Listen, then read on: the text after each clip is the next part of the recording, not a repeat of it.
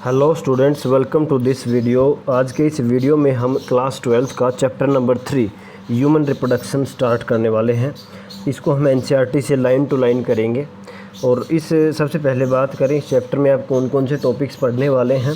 तो आपका सबसे पहले आप पढ़ोगे मेल रिप्रोडक्टिव सिस्टम, उसके बाद फीमेल रिप्रोडक्टिव सिस्टम, उसके बाद गैमेटोजेनेसिस यानी जो गैमेट्स बन रहे हैं मेल और फीमेल दोनों के पढ़ेंगे हम। उसके बाद फीमेल के अंदर जो मेंस्ट्रुअल साइकिल है उसको हम डिटेल में स्टडी करेंगे। उसके बाद फर्टिलाइजेशन एंड इम्प्लांटेशन कि वे फर्टिलाइजेशन कैसे होता है। उसके बाद जो आपका जाइगोट बन चुका है वो इम्प्लांट कैसे करेगा यूट्रस के अंदर। उसके बाद आपका 6th टॉपिक है प्रेगनेंसी एंड एम्ब्रियोनिक डेवलपमेंट कि भाई जब प्रेगनेंसी हो चुकी है फिर एम्ब्रियो जो डेवलप हो रहा है उसकी अलग अलग स्टेजेस क्या है, वो कैसे डेवलपमेंट होती है। लास्ट जो टॉपिक है वो आपका है पार्चुरेशन एंड लैक्टेशन। तो ये है आपके 7 टॉपिक मेनली आप पढ़ोगे। तो चलिए स्टार्ट करते हैं। Are you aware humans are sexually reproducing and viviparous. देखिए इसमें 2 वर्ड आए हैं ह्यूमन बींग्स का। आपको जैसे कि सभी को पता है कि वो सेक्सुअल रिप्रोडक्शन शो करते हैं और साथ में वो विविपेरस हैं। विविपेरस मतलब क्या होता है कि वो जो जाइगोट है उसकी डेवलपमेंट जो है वो इनसाइड द फीमेल बॉडी होती है। मतलब जब जो न्यूबॉर्न जब जन्म लेता है तो एक न्यूबॉर्न बेबी के रूप में जन्म लेता है। इसके विपरीत यदि बात करें ओविपेरस की, तो ओविपेरस क्या होते हैं कि भी ऐसे ऑर्गेनिज्म जो अंडे को पैदा करते हैं। मतलब जो नया जो बच्चा है वो अंडे से बाहर निकलेगा, पहले अंडा आपको बाहर आएगा। तो क्या है कि जो आपके ह्यूमन बींग्स होते हैं वो सेक्सुअल रिप्रोडक्शन शो करते हैं और विविपेरस है मतलब वो give birth to young one. तो जो बच्चा होता है उसको जन्म देते हैं। आगे देखिए the reproductive events in the humans include. ये जो आपके इवेंट्स हैं इनको याद रखना है और इनको सीक्वेंस वाइज ही याद रखना है। सबसे पहले क्या होता है फॉर्मेशन ऑफ गैमेट्स। मतलब सबसे पहले जो आपको पता है सेक्सुअल रिप्रोडक्शन में गैमेट्स का फ्यूजन होता है, गैमेट बनते हैं। तो सबसे पहले जो आएगा वो आएगा फॉर्मेशन ऑफ गैमेट्स जिसको हम कहते हैं गैमेटोजेनेसिस, जिसका मतलब गैमेट्स मतलब sperm in males and ovum in females. तो ह्यूमन बींग्स के अंदर स्पर्म होता है और फीमेल्स के अंदर ओवम होता है। उसके बाद जो गैमेट बन चुके हैं उसके बाद अगला स्टेप है transfer of sperm into the female genital track. मतलब जो मेल गैमेट आपका क्या होता है मोटाइल होता है, तो अब क्या होगा मेल गैमेट को हमें फीमेल रिप्रोडक्टिव ट्रैक या फीमेल जेनाइटल ट्रैक के अंदर ट्रांसफ़र करना है। इसको हम कहते हैं इंसेमिनेशन। मतलब transfer of sperms into female genital tract is known as insemination. अगला क्या है जब वो स्पर्म जो है वो फीमेल रिप्रोडक्टिव ट्रैक के अंदर जा चुका है वहाँ पर उसको एग से अब फर्टिलाइज करना है। तो क्या होगा वो फ्यूज़ करेंगे, मिलना, fusion of male and female gametes जिसको हम कहते हैं फर्टिलाइजेशन। तो ये जो अगला जो इवेंट है वो होगा फर्टिलाइजेशन। उसके बाद फर्टिलाइजेशन हो चुका है, दोनों जो स्पर्म और एग जो हैं वो आपस में फ्यूज़ कर चुके हैं। उसके बाद फ्यूज़ करने के बाद जो नया एक सिंगल सेल्ड क्या बनेगा जाइगोट। उसके बाद आपकी फॉर्मेशन ऑफ जाइगोट। अब जाइगोट बन चुका है तो this is followed by formation and development of blastocyst and its attachment to the uterine wall. उसके बाद क्या होगा एम्ब्रियो बनना स्टार्ट हो जाएगा। जो जाइगोट से एम्ब्रियोनिक डेवलपमेंट स्टार्ट होगी तो सबसे पहली जो आपकी स्टेज आएगी उसको हम कहते हैं ब्लास्टोसिस्ट।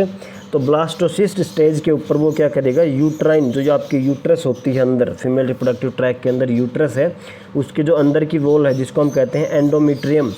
तो उस अंदर की जो यूट्रस के अंदर की वॉल है एंडोमेट्रियम उसके जा कर के वो अटैच होगा, चिपक जाएगा। उसको हम कहते हैं इम्प्लांटेशन। तो इम्प्लांटेशन क्या हुई the attachment of blastocyst to the uterine wall. उसके बाद क्या होगा अब वो जो ब्लास्टोसिस्ट है यानी जो एम्ब्रियो डेवलप हो रहा है वो अब अटैच हो चुका है, वहीं से अब वो अपना पूरा न्यूट्रिशन वगैरह इंटेक लेगा मदर की बॉडी से। उसके बाद उसकी डेवलपमेंट होगी, उसको हम कहते हैं गैस्टेशन। एम्ब्रियोनिक डेवलपमेंट का जो पीरियड होता है आपके ह्यूमन बींग्स के अंदर 9 मंथ का पीरियड होता है, उसको हम कहते हैं गैस्टेशन पीरियड। उसके बाद 9 मंथ के बाद बच्चा जब यूट्रस से बाहर निकलता है तो उसको हम कहते हैं जो डिलीवरी ऑफ द बेबी, तो उस प्रोसेस को हम बोला जाता है पार्चुरेशन। तो ये जो इवेंट है इसको आपको सीक्वेंस वाइज याद रखना है। देखिए एक बार रिपीट करते हैं। सबसे पहले आपका गैमेटोजेनेसिस हुआ, उसके बाद आपका इंसेमिनेशन, उसके बाद फर्टिलाइजेशन, उसके बाद फॉर्मेशन ऑफ जाइगोट, उसके बाद इम्प्लांटेशन, उसके बाद है गैस्ट्रेशन, लास्ट जो आएगा वो आपका आएगा पार्चुरेशन। तो ये आपके इवेंट है, इसको हम डिटेल में स्टडी करेंगे आगे आने वाले चैप्टर में। You have learned that these reproductive events occur after puberty. तो आपको पता है ये जो इवेंट्स होती हैं सभी ये प्यूबर्टी के बाद होती हैं। प्यूबर्टी मतलब जिस एज के दौरान आपके बॉडी में हार्मोनल चेंजेज होते हैं और बहुत ही फिजिकल, इमोशनल और मेंटल लेवल के भी आपके चेंजेज होते हैं। These are remarkable differences between the reproductive events in the male and female। तो क्या होता है, मेल जो होता है और फीमेल जो होती है उसके अंदर जो रिप्रोडक्शन के जो इवेंट्स होते हैं, अलग अलग फंक्शंस जो होते हैं, इवेंट्स होते हैं, वो अलग अलग होते हैं। देखिए एग्जांपल के लिए, for example sperm formation continues even in old man. Male के केस में स्पर्म फॉर्मेशन लाइफ लॉन्ग चलती है, मतलब जब तक उसकी डेथ नहीं होती तब तक आपका स्पर्म फॉर्मेशन चलती है। But formation of ovum ceases in woman around the age of 50 years. तो लेकिन फीमेल के केस में जो आपका एग जो बनता है, ओवम जो मैच्योर होकर के आता है, उसकी जो वो बंद हो जाता है अराउंड 50 ईयर्स। अगर वुमेन की एज अराउंड 50 ईयर्स हो चुकी है तो उस समय ओवम बाहर आना बंद कर देता है, मतलब उसके अंदर जो गैमीट फॉर्मेशन या हम कहेंगे गैमीट मैच्योरेशन दोनों ही आपकी बंद हो चुकी हैं और वो रिप्रोडक्टिवली इनएक्टिव हो जाती है। लेकिन मेल के केस में लाइफ लॉन्ग आपका मेल गैमीट बनता है। देखिए, let us examine the male and female reproductive system in human beings. तो आगे सबसे पहले हम स्टार्ट करेंगे अब मेल रिप्रोडक्टिव सिस्टम के बारे में। तो आपका एनसीईआरटी की एक एक लाइन बहुत इंपॉर्टेंट है, इसके नोट्स भी बना सकते हैं और आपको बाद में नोट्स चैप्टर पूरा होने पे प्रोवाइड भी किए जाएंगे। देखिए, the male reproductive system is located in pelvis region. सबसे पहले आपको लोकेशन पता होनी चाहिए कहाँ के ऊपर लोकेट होता है, तो वो होता है pelvis region, below the abdominal cavity, जो पेल्विस रीजन होता है वहाँ पर। और इसके अंदर क्या क्या होता है, तो देखिए इसके अंदर प्राइमरी सेक्स ऑर्गन हम बोलते हैं, तो उसके अंदर क्या है, include a pair of testis. तो पेयर ऑफ टेस्टिस क्या है, आपका प्राइमरी सेक्स ऑर्गन। उसके साथ साथ क्या है आपके सेकेंडरी सेक्स ऑर्गन और हम कहते हैं एसेसरी सेक्स ऑर्गन। उसके अंदर आते हैं आपके एसेसरी डक्ट्स आती हैं और एसेसरी ग्लैंड्स आती हैं, तो वो क्या है सेकेंडरी सेक्सुअल ऑर्गन्स। और लास्ट में आपका एक्सटर्नल जेनाइटेलिया, जो कि ह्यूमन मेल के अंदर जो कि पेनिस है, तो वो क्या है एक्सटर्नल जेनाइटेलिया। सबसे पहले आपके प्राइमरी सेक्स ऑर्गन की बात करें तो वो है एक पेयर ऑफ टेस्टिस हैं जिनका नंबर 2 है। उसके बाद सेकेंडरी सेक्स ऑर्गन्स के अंदर एसेसरी डक्ट्स हैं, अलग अलग डक्ट्स हैं, जैसे कि रिचे टेस्टिस, एपिडिडिमस, जो हम आगे पढ़ेंगे अभी। उसके बाद ग्लैंड्स हैं, ग्लैंड्स के अंदर प्रोस्टेट ग्लैंड, आपकी सेमिनल वेसाइकल ग्लैंड है, एक काउपर्स ग्लैंड है, तो ये ग्लैंड्स हैं, इनका भी रोल आता है। और लास्ट में आपका एक्सटर्नल जेनाइटेलिया, जिसके ह्यूमन बींग्स के केस में मेल के अंदर पेनिस होता है। देखिए अब स्टडी करते हैं आपके। देखिए ये आपका डायग्राम है, इसको ध्यान से देखिए। देखिए सबसे पहले आपका टेस्टिस आ गया। टेस्टिस एक पाउच लाइक स्ट्रक्चर में होता है जिसको हम स्क्रोटम बोलते हैं। उसके बाद देखिए टेस्टिस के बाद आपके ये जो बाहर जो एक्सटर्नल जेनाइटेलिया है इसको हम कहते हैं ग्लैंड्स पेनिस, और उसके ऊपर एक स्किन होती है फोर स्किन, जो कि उसकी कवरिंग होती है। उसके बाद जो यूरेथ्रा है, यूरेथ्रा क्या होता है, जहाँ से आपका यूरिन के आउटकम होते हैं। यूरेथ्रा क्या है, यूरेथ्रा के अंदर यूरिन और सीमन दोनों ही आते हैं। मेल के अंदर यूरिन के लिए कोई अलग से डक्ट नहीं है, कोई अलग से ओपनिंग नहीं है, यूरिन और सीमन एक ही ट्यूब से बाहर आते हैं जिसको हम कहते हैं यूरेथ्रा। उसके बाद ये पेनिस है। उसके बाद ये जो ग्लैंड है ये आपकी प्रोस्टेट ग्लैंड है। प्रोस्टेट ग्लैंड, ये जो ट्यूब है जो टेस्टिस से बाहर निकल रही है, ये वास्ट डिफरेंस, इसको हम डिटेल में देखेंगे अभी।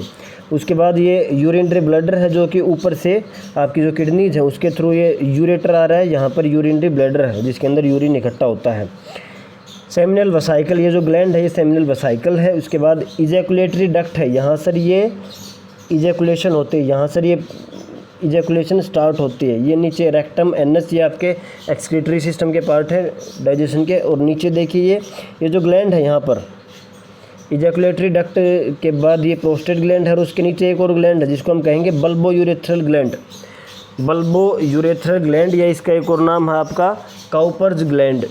तो देखिए काउपर्स ग्लैंड का नंबर जो है वो 2 होता है, वो भी पेयर में होती है। सेमिनल वेसिकल का भी नंबर 2 होता है, लेकिन जो प्रोस्टेट है वो सिंगल होता है, प्रोस्टेट ग्लैंड एक ही होती है। देखिए पढ़ते हैं साथ साथ। The testes are situated outside the abdominal cavity within a pouch like structure called scrotum. Scrotum का भी हम देखेंगे वी स्क्रोटम में क्यों दिया हुआ, इसको बाहर टेस्टिस को एब्डोमिनल कैविटी के बाहर क्यों दिया गया है। अच्छा होता है कि अगर बॉडी के अंदर होती है तो बेटर प्रोटेक्शन होती है, यहाँ पर ज़्यादा रिस्क होता है, डैमेज हो सकता है कहीं से भी, तो इसका एक सिग्निफिकेंस है, इसका बाहर रखने का सिग्निफिकेंस है। आउटसाइड द बॉडी रखा गया, आउटसाइड द एब्डोमिनल कैविटी, और किसके अंदर रखा गया है कि पाउच लाइक स्ट्रक्चर है जिसको हम स्क्रोटम कहते हैं। देखिए स्क्रोटम, अब स्क्रोटम के अंदर क्यों रखा गया है वो इसका फंक्शन बताएगा। Scrotum helps in maintaining the low temperature of the testis. क्या होता है, आपकी जो बॉडी टेम्परेचर होता है 37 डिग्री होता है, लेकिन टेस्टिस के अंदर का जो टेम्परेचर होता है वो 2 से 2.5 डिग्री टेम्परेचर वहाँ पर कम होता है। स्क्रोटम के अंदर टेम्परेचर 2 से 2.5 डिग्री कम होता है than the normal body temperature. और वो क्यों चाहिए आपको क्यों 34-35 डिग्री का टेम्परेचर चाहिए यदि आपको स्पर्म फॉर्मेशन करनी है, जो कि नेसेसरी है स्पर्मेटोजेनेसिस, स्पर्म फॉर्मेशन के लिए नेसेसरी होता है ये टेम्परेचर। यदि वो 37 डिग्री ही हो गया, बॉडी टेम्परेचर के बराबर हो गया, तो आपकी जो स्पर्म फॉर्मेशन है वो नहीं हो पाएगी, आपके स्पर्म नहीं बन पाएंगे। तो स्क्रोटम का मेन फंक्शन क्या है, it maintains the low body temperature, the temperature about 2 to 2.5 degree lower than the normal body temperature. और इसी कारण इसको बॉडी से भी बाहर रखा गया है ताकि वहाँ पर टेम्परेचर को लो मेंटेन रखा जा सके, ताकि वहाँ पर स्पर्म की फॉर्मेशन अच्छे से हो और वाइबल स्पर्म मिले। In adults each testis is oval in shape. Testis का शेप क्या होता है, ओवल होता है, जिसकी लेंथ होती है 4 to 5 सेंटीमीटर और उसकी विड्थ होती है 2 to 3 सेंटीमीटर। तो ओवल शेप होती है, लेंथ होती है आपकी 4 to 5 सेंटीमीटर और विड्थ होती है 2 to 3 centimetre. The testis is covered by dense covering. जो टेस्टिस जो होता है उसके बाहर एक कवरिंग होती है, उसको हम कहते हैं ट्यूनिका एल्ब्यूजिनिया। यहाँ पर नाम नहीं दिया गया है, जो लेयर होती है बाहर टेस्टिस के एक डेंस कवरिंग होती है जिसका नाम होता है ट्यूनिका एल्ब्यूजिनिया। देखिए, the testis is covered by dense covering called tunica albuginea. NCERT के अंदर लिख सकते हैं साइड में। Each testis has about 250 compartments called testicular lobules. देखिए अब हम टेस्टिस के अंदर का स्ट्रक्चर देखेंगे। ये एक टेस्टिस है, टेस्टिस के अंदर क्या होता है, तो हर एक टेस्टिस के अंदर लगभग 250 कंपार्टमेंट्स होते हैं, कंपार्टमेंट होते हैं खाने टाइप।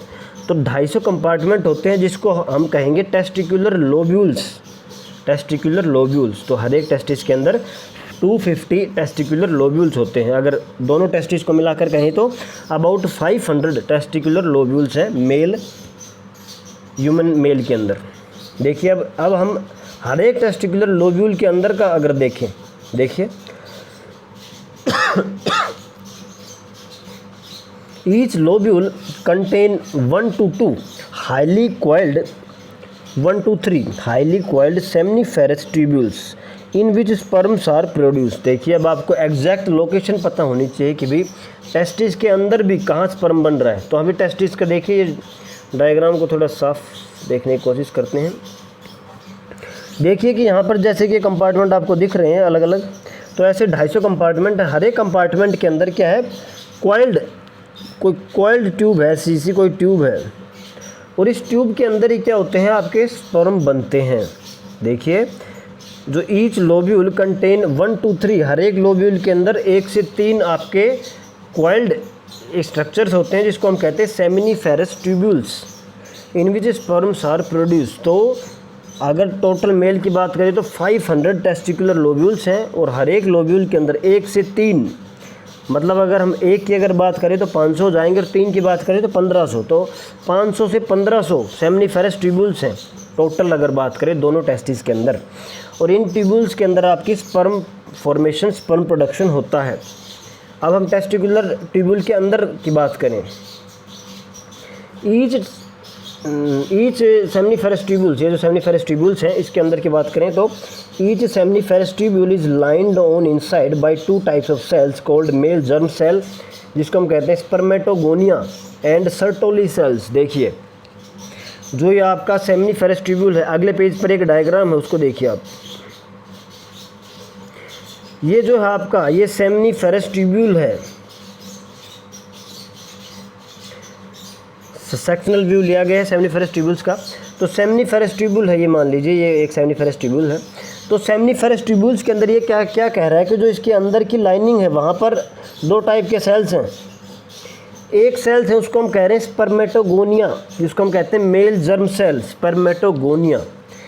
एक इसके साथ साथ एक और सेल्स है उसको हम कहते हैं सर्टोली सेल्स, सर्टोली सेल्स। और दूसरे टाइप का सेल कौन है, स्पर्मेटोगोनिया। तो आपके जो सेमिनिफेरस ट्यूब्यूल्स हैं इसके अंदर दो सेल्स हैं, अंदर सेल्स की लाइनिंग है उसके अंदर दो टाइप के सेल्स हैं। एक है स्पर्मेटोगोनिया या इसको हम कहते हैं मेल जर्म सेल, दूसरा है आपका सर्टोली सेल्स, और इसको एक और नाम दिया जाता है नर्स सेल्स। नर्स क्यों बोला गया है, इसके फंक्शन से रिलेटेड है, ये नरिशमेंट प्रोवाइड करते हैं। आगे देखिए हम किसको नरिशमेंट देंगे। अब देखिए the male germ cell undergo meiotic divisions finally leading to sperm formation. आपको बहुत बार बताया जा चुका है गैमेट फॉर्मेशन, जब कोई डिप्लॉइड सेल है और उससे हमें कोई हैप्लॉइड सेल बनाना है, यानी गैमेट जब बनते हैं वो हैप्लॉइड बनते हैं ना।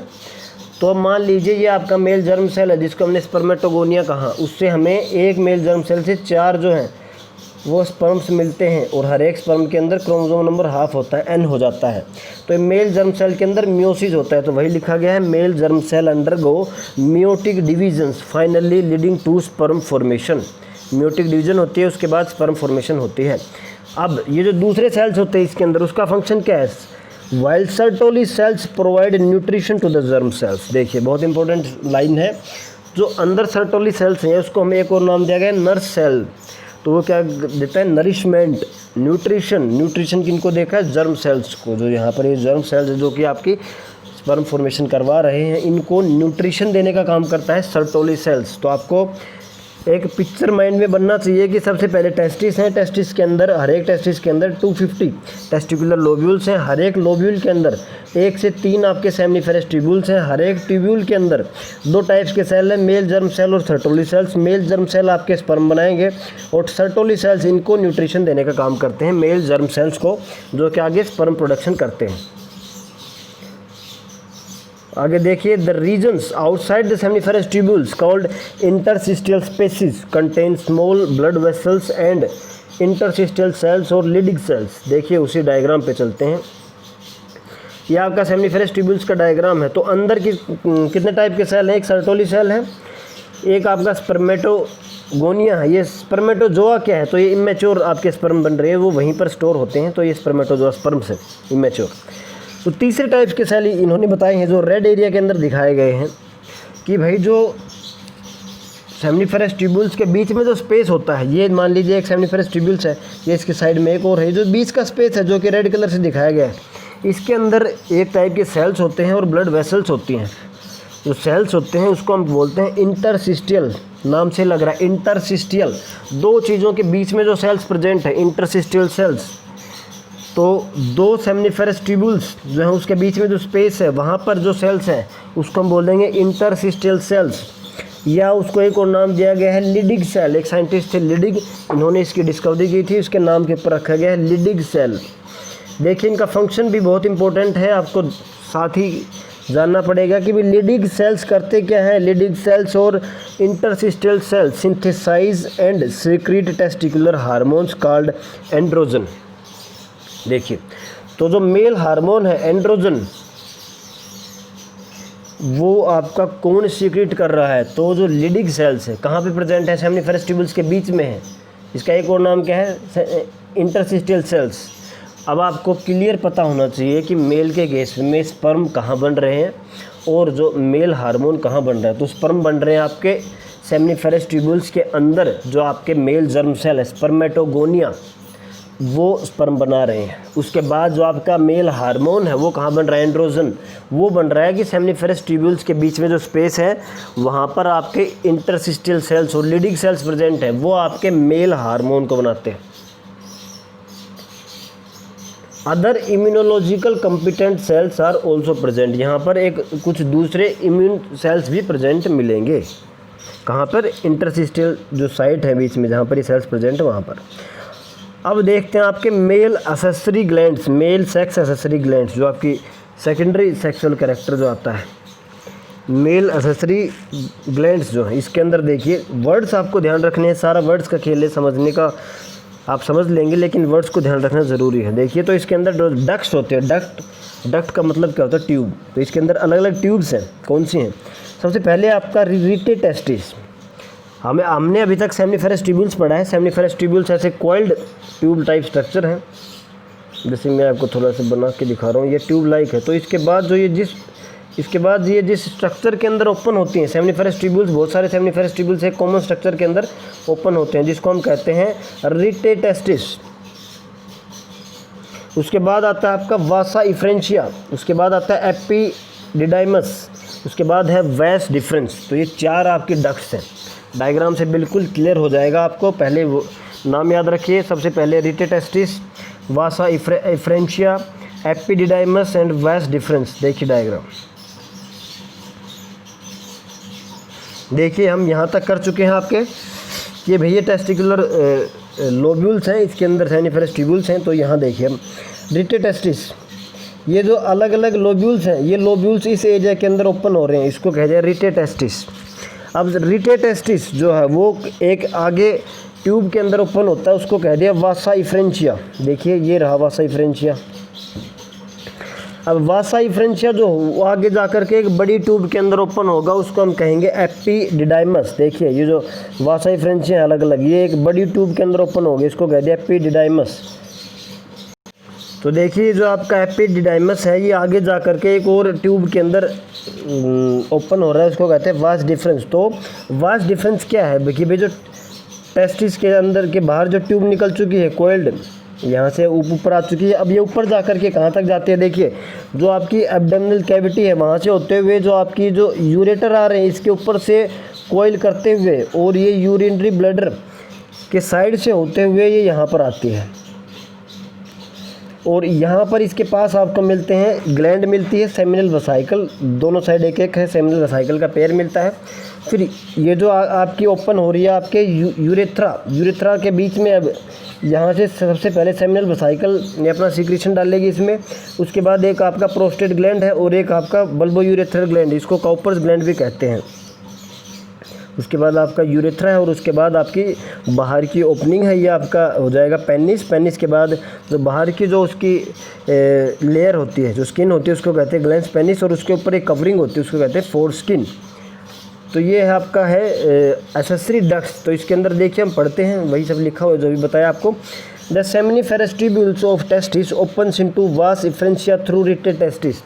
तो जो सेमनीफेरस ट्यूब्यूल्स हैं वो वास इफ्रेंशिया के अंदर ओपन होती हैं थ्रू रिटे टेस्टिस के थ्रू। द वास इफ्रेंशिया leaves the testis and opens into epididymis.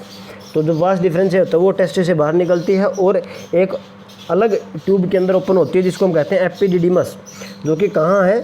Located along the posterior surface of each testis. जो आपका पोस्टीरियर साइड है टेस्टिस का, वहाँ पर ये प्रेजेंट होती है, और एपिडिडिमस के अंदर ये जो आपका वासा इफ्रेंशिया ये ओपन होता है।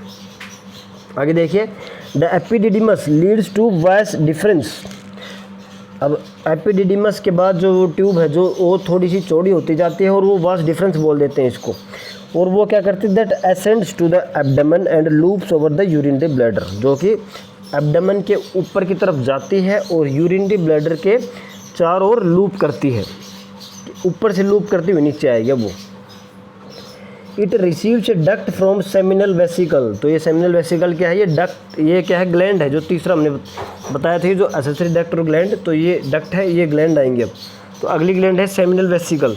तो यहाँ पर उसको क्या मिलता है? सेमिनल वेसिकल से सिक्रीशन रिसीव करेगी। उसके बाद ओपन्स इनटू यूरेथ्रा, और वो यूरेथ्रा के अंदर ओपन होगी एज ए इजैकुलेटरी डक्ट। और जो यूरेथ्रा है वो क्या करती है? इजैकुलेटरी डक्ट है, वहीं से आपका इजैकुलेशन बाहर निकलता है। अब देखिए, these duct store and transport the sperms from testis to the outside through the urethra. तो ये सभी जो डक्ट्स है, इसका मेन फंक्शन क्या है? भी जो कुछ टाइम के लिए स्पर्म्स को स्टोर करती हैं जब तक वो इमेच्योर हैं, और उसके बाद उसको ट्रांसपोर्ट करती हैं टेस्टिस से लेकर के और यूरेथ्रा तक, उसको ट्रांसपोर्ट में हेल्प करती हैं। अब क्या करता है? The urethra originates from urinary bladder and extends through the penis to its external opening called urethral meatus. देखिए, यूरेथ्रा कहाँ से ओरिजिनेट हो रहा है? तो यूरेथ्रा आपका यूरिनरी ब्लैडर जहाँ से स्टार्ट है वहाँ से ओरिजिनेट हुआ, और ये एक्सटेंड होता हुआ पेनिस तक आया, और एक्सटर्नल ओपनिंग जो है पेनिस की, उसको कहते हैं यूरेथ्रल म्यूटस। तो वहाँ तक है। अब देखिए the penis is male external genitalia. अब जो एक्सटर्नल जेनाइटेलिया है वो है पेनिस। तो पेनिस के बारे में देखिए, मेल एक्सटर्नल जेनाइटेलिया हम बोलते हैं। ये किससे बना हुआ है? It is made up of special tissue that helps in erection of penis to facilitate insemination. तो ये क्या करता है?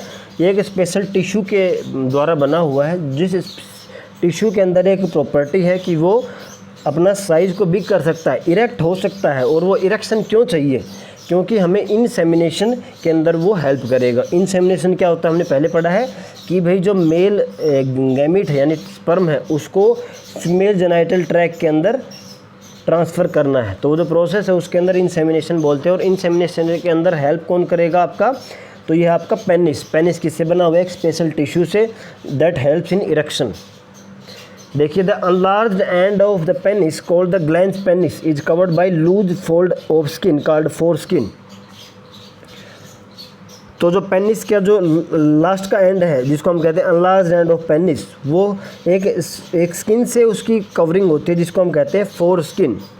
देखिए आगे द मेल एसेसरी ग्लैंड्स। अब बात करते हैं ग्लैंड्स कौन सी हैं। तो इसके अंदर क्या होता है? Paired seminal vesicle, A prostate and paired bulbourethral. तो टोटल 5 होगी। 2 तो आपकी सेमिनल वेसिकल होगी, एक लेफ्ट राइट दोनों साइड में। एक सिंगल आपकी प्रोस्टेट ग्लैंड है और पेयर्ड आपकी बल्बोयूरेथ्रल ग्लैंड है। 2 हैं बल्बोयूरेथ्रल ग्लैंड। देखो secretion of these glands constitute the seminal plasma. एक वर्ड है सेमिनल प्लाज्मा, कि भाई ये जो ग्लैंड है जो भी सीक्रेशन जो प्रोवाइड करती हैं वो क्या करती हैं, वो सब मिल के हम बोलते हैं इसको सेमिनल प्लाज्मा। और ये सेमिनल प्लाज्मा क्या होता है? जो आगे से आपके स्पर्म्स आएंगे टेस्टिस से, उसके अंदर मिक्स हो जाता है और उसको जो स्पर्म्स है वहाँ पर उनको न्यूट्रिशन भी देने का काम करता है सेमिनल प्लाज्मा। देखिए सेमिनल प्लाज्मा के अंदर क्या क्या होता है? Seminal plasma is rich in fructose, calcium and certain enzymes. तो इसके अंदर फ्रक्टोज होता है, कैल्शियम होता है और बहुत सारे एंजाइम्स होते हैं। The secretion of bulbourethral gland helps in the lubrication of penis. तो जो बल्बोयूरेथ्रल ग्लैंड है, जो पेयर्ड ग्लैंड है, उसका मेन फंक्शन क्या होता है? जो पेनिस होता है उसको ल्यूब्रिकेशन करना, उसको मॉइस्चर देना, ड्राई कंडीशन से बचाना। तो जो बल्बोयूरेथ्रल ग्लैंड का एक और नाम है काउपर्स ग्लैंड। तो ये था आपका मेल रिप्रोडक्टिव सिस्टम। इसको आप अच्छे से एनसीईआरटी से जो दिया गया है उसको तो कम से कम आपको डिटेल में करना ही है। और नोट्स बनाना चाहें तो आप बना सकते हैं, लेकिन एनसीईआरटी की लाइन टू लाइन आपको क्लियर होनी चाहिए।